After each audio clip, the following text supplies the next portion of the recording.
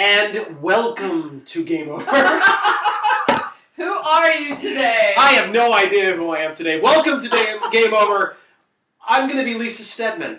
Well, shit, that makes me Charles J. Orlando. You're How too you doing? tall to be Charles, right? That's true. And far too beautiful. Welcome to the show that calls it as we see it. Street smart love advice. Yep.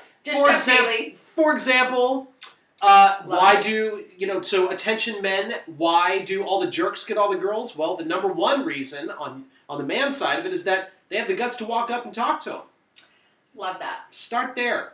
So if you're a nice guy and you're afraid to approach anyway. Practice makes perfect. The first lady might say no, the first 10 might say no, but that 11th or that 100th or that second might be the girl of your dreams. Now you're talking like a pickup artist. That's like dating by volume. No, I'm saying practice makes perfect. I tell all the ladies too. Like every day when you're out and about and you're going to the grocery store, you're in an elevator, talk to men. Well, you need to be talking to the ladies about the crap that we found today. Okay. You found today. Hold the fucking phone. Unbelievable. Check this out. All right. No, checkhimout.com. That's what we're going to talk about. And yes, I am talking to you, and you can tweet them at checkhimout. Unbelievable. So I was watching TV last night with the hubs, and this commercial came on, and I kid you not, there were ladies pushing shopping carts with men in them. Right, and this was an ad on TV, It was an right? ad. It's an ad. It's a brand new dating website geared towards women who want to treat men like shoes in shopping carts online. Because that's how brainless and stupid all of you women are, right? Right. Of Like, course. thank you, universe, for perpetuating the stereotype that all women like to do is shop online. Number one. Number two, here's my second bitch about this. Ladies, for decades we've been bitching about how men treat us like objects, and that online dating is a meat market. And that online dating is a meat market. So you're telling me that the solution is to flip the switch and say that, well, if it's a meat market, let's treat men like shoes. But look at the graphic on the website, right? Like, look at this graphic. You got guys going by on a conveyor belt with hooks in them like meat. Game over. And you've got... Did I mention game over? Are you a shopper or are you a product? A product. Like, we're treating what the hell? men like product. Oh now, my God. Totally blown away. OMG. And I tweeted these people and I said that we were going to dish about them. So we're dishing because I get that it's gimmicky. I get that it's cute. It's highly offensive, highly inappropriate. And I say game fucking over. And if you're dating on that site, you get what you deserve. Well, and that's really where it comes out because when you go to some place like Match or eHarmony or whatever, there's a quasi-science that goes behind it. They try to match you up with whoever. But that's not what this site is all about. This site is all about window shop for a boyfriend. Exactly. Like, wait oh my God. Wait for the right pair of shoes. I mean, boy, to come into your email inbox and then make you come. Whatever. Boo.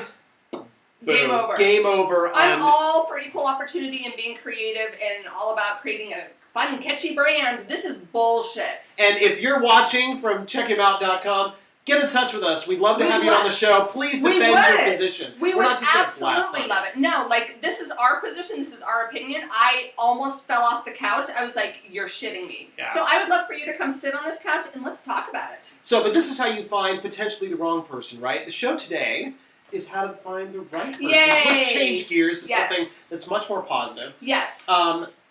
Finding somebody who's right. I get this all the time, and I know you hear this too. I do. How do you find the right person? And what people are actually asking when they say, I wish I could find somebody that was nice and right for me, what they're saying is, how do I avoid the wrong people? Because it's a lot easier to avoid wrong people to make room for something positive in your life. Yeah. But here's the truth about being on the dating scene is you are going to meet some Mr. or Ms. Maybes, Mr. or Ms. Wrongs, Mr. or Ms. Next on the way to the right one. So we're talking today about how to meet them. My second goal, and this will be another show, is how to cut down on wasted time by don't date the wrong one. If you meet them and they're the wrong one, it's not a sign that these are your only options. Identifying red flags is definitely something we will be covering on Game Over. There's been a lot of requests for that, actually. Yeah, and that's a really good topic. But we're talking today about where to meet them, and this is a good time of year for it because it's the holidays. There's lots of parties. There's lots of social gatherings. So Charles, let's dig into this. Well, so let's talk a little bit, right? I mean, so many people, and I know you met your husband at a bar. I did, ladies. It's not impossible, but It's it was not not a impossible. dive bar, and he doesn't normally go to bars, so Well, that was right. random. But you actually, so that happened to be the location where Yes. you're at. You actually Yes. met him through a friend, right? Well, my girlfriend happened to be a really good wing woman, so she just turned around and started talking to the next table, and he happened to be at the next table. So you can be struck by lightning, I guess is what we Yes. are saying, right? But But statistically, I've met other guys at bars who were nice. but you're not with them now. You broke I'm up with not. them, so now they're exes. That's true. See, so we're talking That's about finding the right one. Yes. Not Mr. Right Now, not Ms. Right Now, but Ms. or Mr. Okay, Right. so if we're not going to bars to meet them, where are we going, Charles? We have to go someplace more positive, right? People are not working on their lives at bars, right? No, they're trying to avoid them, or or they're decompressing. we're making or, assumptions about why people at bars. But you're talking about quality individuals who want to better themselves and better their lives. Where do they go?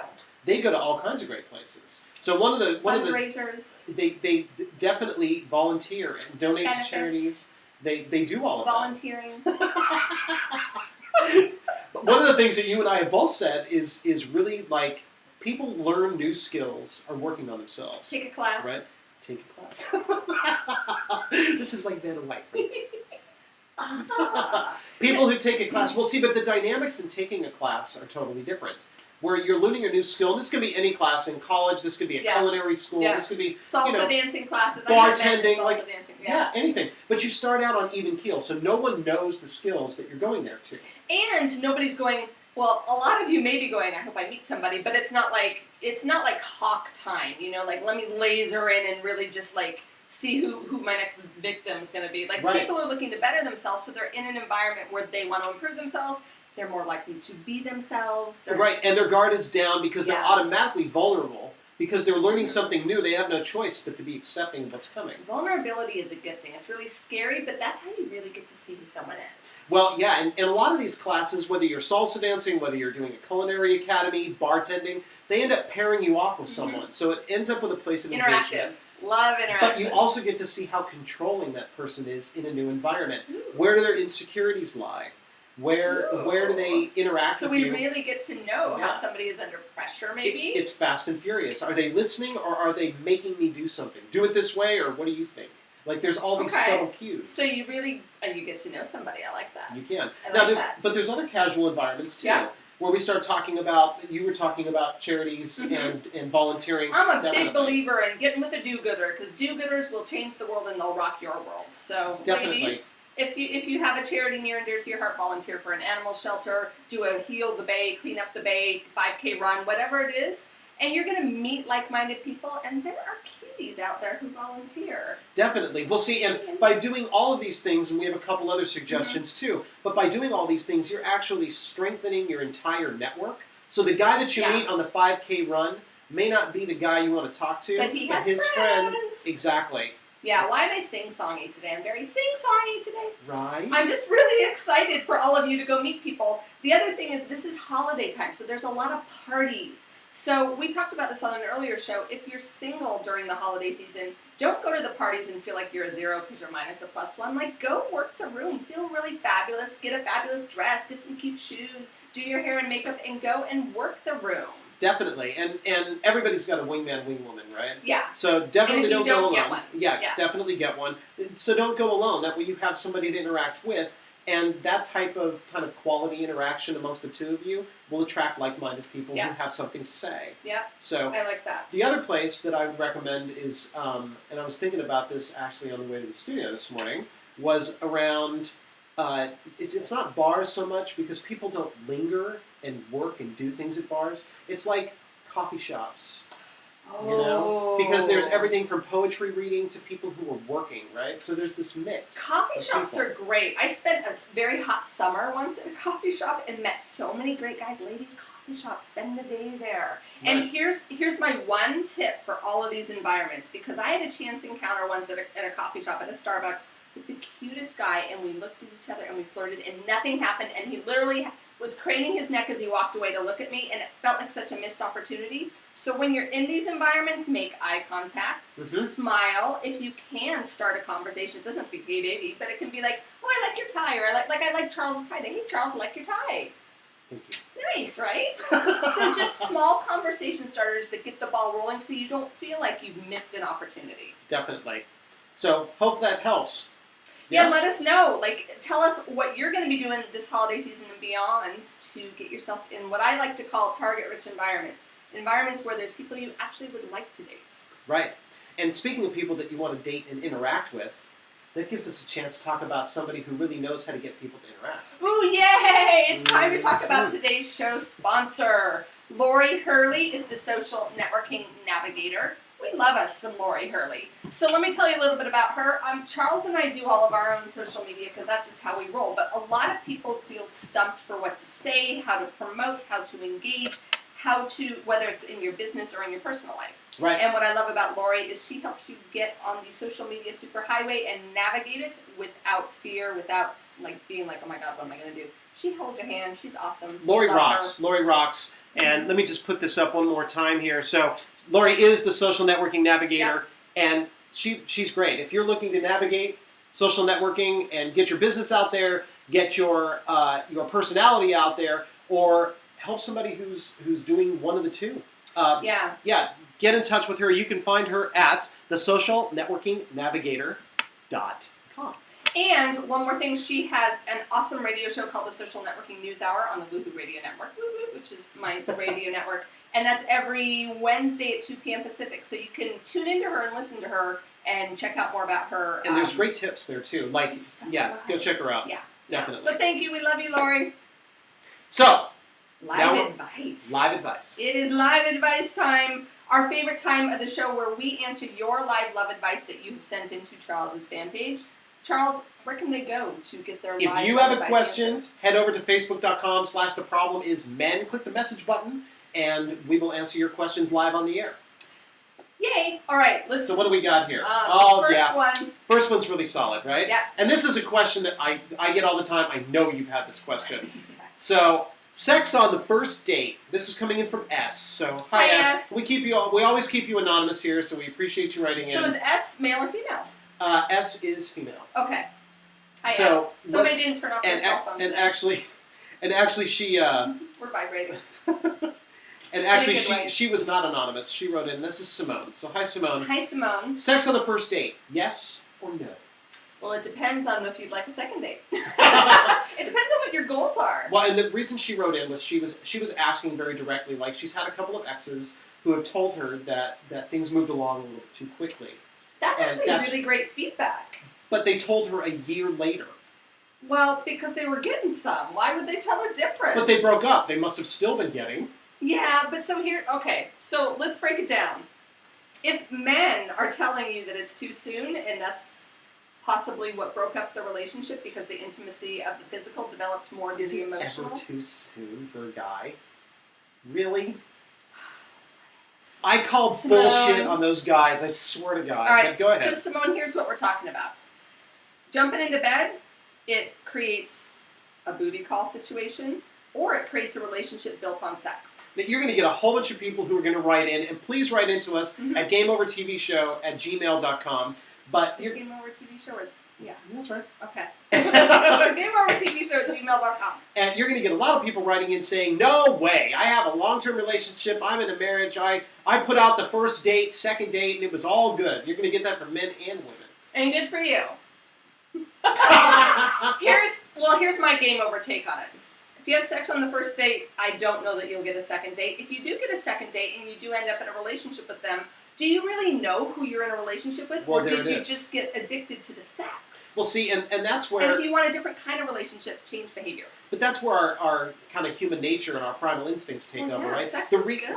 Well, not only is it good, but it perpetuates our species. So when you meet somebody, and you're totally infatuated, and your brain is flooded with dopamine. So good, but right? Dopamine is this thing that creates this euphoric feeling, right? So you're going to make all these bad decisions based on what your brain is trying to tell you to do. Procreate. So, you're doing it. So, but it's really real. I say game over to sex on a first date unless all you want is sex. If you're looking for a meaningful relationship, I say wait. And I agree, mostly because people reveal themselves We're slowly drinking today! all the time. They do. You don't have any That's idea Charles's of their cue intentions. for everyone at home. That's our drinking game. When Charles says people reveal themselves slowly over time, that's your cue to drink. And it is Margarita Thursdays. So after the show, stick around. I don't know where it'll be, but we will be broadcasting post-show from Margarita Town.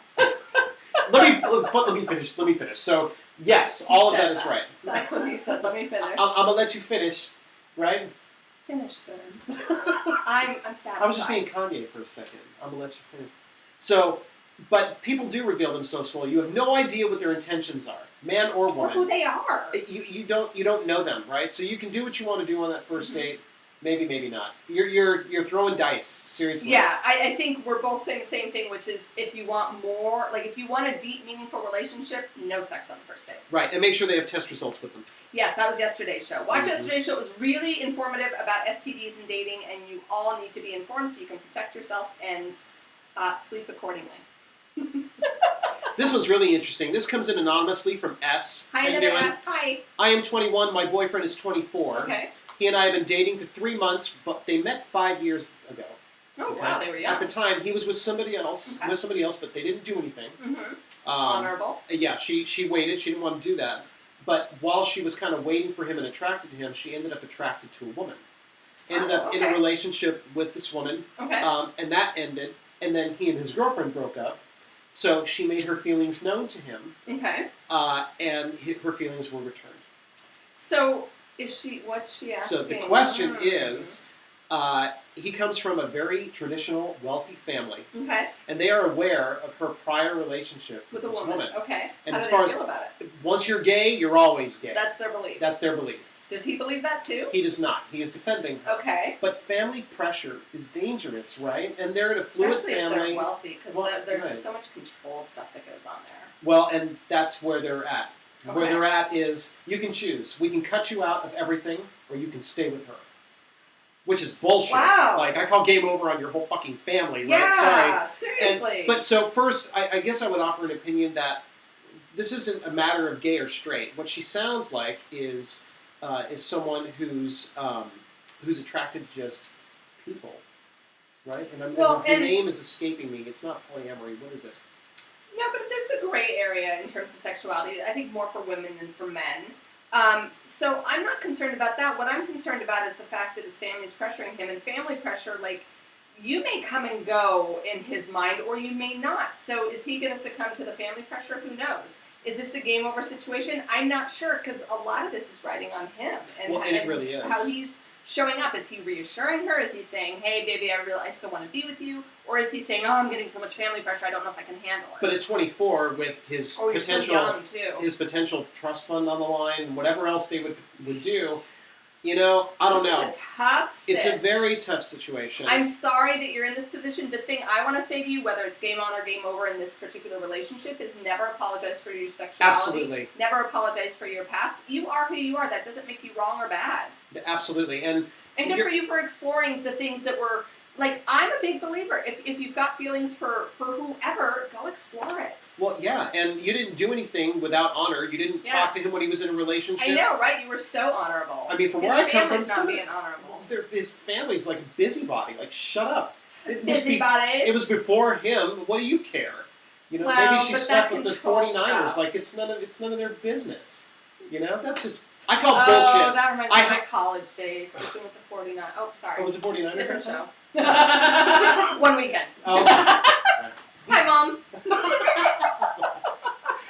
Talk to him. Have him be honest Yes. with you, and it's better for you guys to be honest and straight with each other than to bullshit each other and have it go on for months where nobody has any clarity. You need to know where he's coming from. You need to know where you're coming from. And unfortunately, the family, we know where they're coming from, but we need to know how you can handle that. Sure. Good luck, and let us know how that goes. You want me to continue? Yes, continue. Next one is from B. Hi, B. My boyfriend and I have been together 3 years. It's not been easy. We've lost 3 babies. Sounds like 3 miscarriages. Oh, I'm so sorry. And now all we do is argue, and now he's got a drug thing going on, and she's on the edge of a breakdown. So the disconnect between the two of them is formidable. and now he's turning to, it sounds like marijuana to cope. Yeah. Which is it's not a bad way to cope. Wait, is this broadcasting live? What? Yeah, I mean, well, firstly, so pot is not addicting, I mean, it's not a gateway drug, it's a gateway to the refrigerator. But pot can be a gateway drug, and I'm more concerned about the problems in the relationship beyond the pot. Like, right. You've lost babies, you've had miscarriages. Some couples can't recover from that. You can if you both choose to, but if one of you is choosing to check out and just not cope well, it can't be all on your shoulders because you've got your own grieving process. You lost babies, and that's a huge mourning period for women. Yeah, definitely. I mean, physically as well as emotionally, right? Our bodies are mourning that loss. It's just biological. But then there's the emotional component too. So, well, family tragedies do something to families, right? Yeah. Either they all instantly bond, or they instantly hate each other because everything reminds them of what happened. Yeah. And that sounds like what you guys are going through. So I guess my suggestion would be for them to sit down and really have an honest discussion about where all this anger and disconnection is coming from, because you've already said where it's coming from. Can you both get over it? Well, and can you get through it together? Can you hold on to each other through this incredible loss of 3? Like, wow, I'm so sorry. I'm really sorry for that too. And a lot of people come back from miscarriages and have beautiful, healthy families. Sure. And you can also adopt. So there's 2 things here, but I think the main thing is really get on the same page about the grief, the loss, and can you work together and move through this together, or do you need to separate because it's too painful? Now, that said, you can't make him join into your conversation. He has to choose to do that. Yeah. So, you can be as encouraging as you want, but at the end of it, he's going to have to make that choice to join you. And one more thing, you're allowed to have your process. You don't have to take care of him completely and negate how you're feeling. So feel what you're feeling, too. It's not just about, like, how do I get him back? It's like, allow yourself to go through your process, too. Definitely. Our last bit of advice goes out to Elle. Hi, Elle.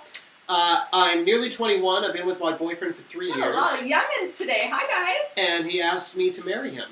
Ooh. And I said yes. Congratulations, Elle. And I told my best girlfriend, and her response was like, don't do that. Oops. Your mom won't like it. Don't do that. Her mom won't like it, or her best friend won't like it? So she's been thinking about her decision, and she's worried about other people's reaction. I love him. We don't plan for marrying for 3 years, but is it wrong to have a long engagement? No. And even though I'm almost 21. No. No. I mean, that's what I'd be recommending for anybody at that age. Long engagement.